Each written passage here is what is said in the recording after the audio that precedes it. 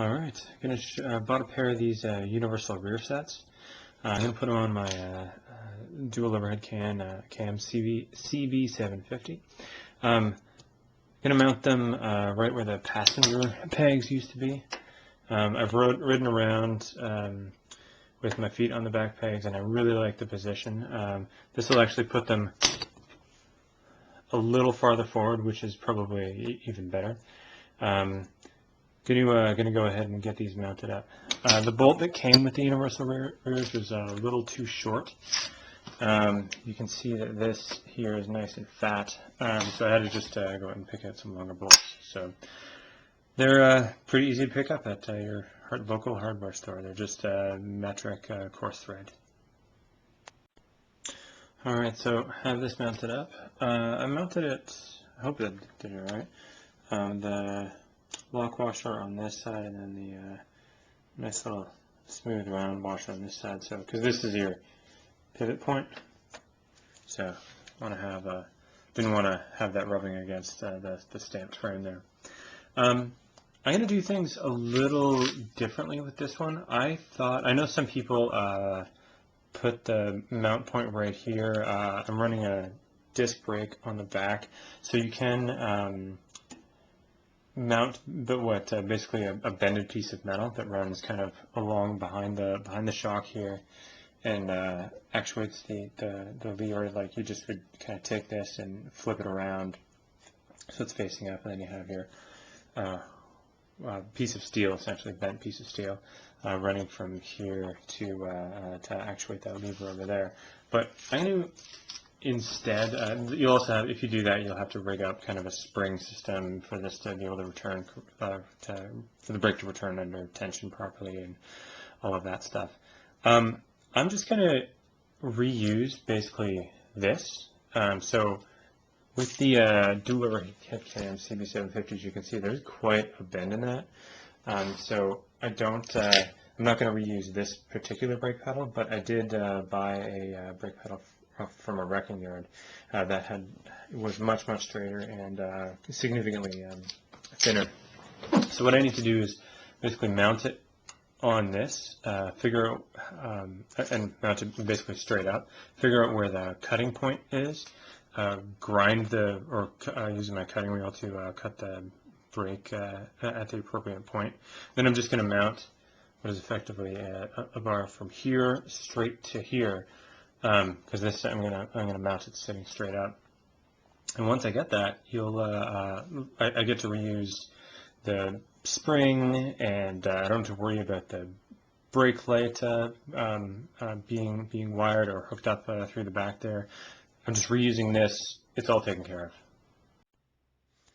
Alright, so just stuck on that brake pedal that I got from a wrecking yard. I pulled it off a cb750 dual cb750 from another model. I think it was a C. It just ended up being straighter. You'll want to make sure when you put these on that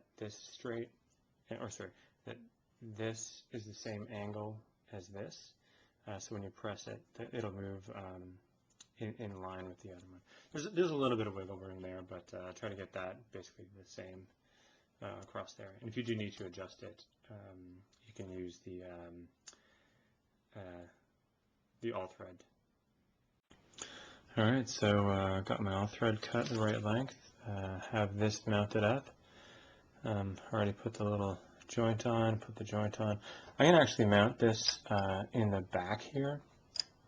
Give my foot lots of room for clearance. And just the way that this works out for me, I have plenty of room here and plenty of room here, because this guy is sticking out a little bit. So that works out well. I'm really happy with this. I'll stick this on and then show you the end result. Alright, so here's the, close to finished product. This I don't like. It's rough edges. I'm probably going to, might end up grinding that and painting it. The reason why I didn't do it yet is for this next reason why I'm going to show you. You can see that it works really well, except that's actually quite a lot of travel. I'm going to end up shortening this lever. It's really easy to push down with my foot. I got on the bike. I wanted to make sure that wasn't going to be an issue. It wasn't going to be super stiff or anything. So the next step is basically take this in order to decrease the amount of travel. You want to cut this down. I was cautious. Wanted to make this longer, so if I have to cut it, drill another hole. Again, it's no big deal, and that's also why I left it rough on the top. Anyways, so that's how you put rear sets on, and keep the shifter in the stock spot, and you end up with everything else working quite well. All right, so there's the final product. I shortened this guy up, so it's about the same height as this one. Other than that, I have re-drilled the hole. I'm going to ride it around a little bit. Done obviously the same thing on the other side. No use really in showing. It's pretty much a mirror image. Done pretty much the same thing. I'm going to ride it around for a while. Make sure that I really like the position of this before I fully clean this up and make sure that I get full brake action and all that stuff. One thing to note is when you're cutting the all thread, you probably need to run a tap down the line after you get the cut, so it really goes in really nicely into those.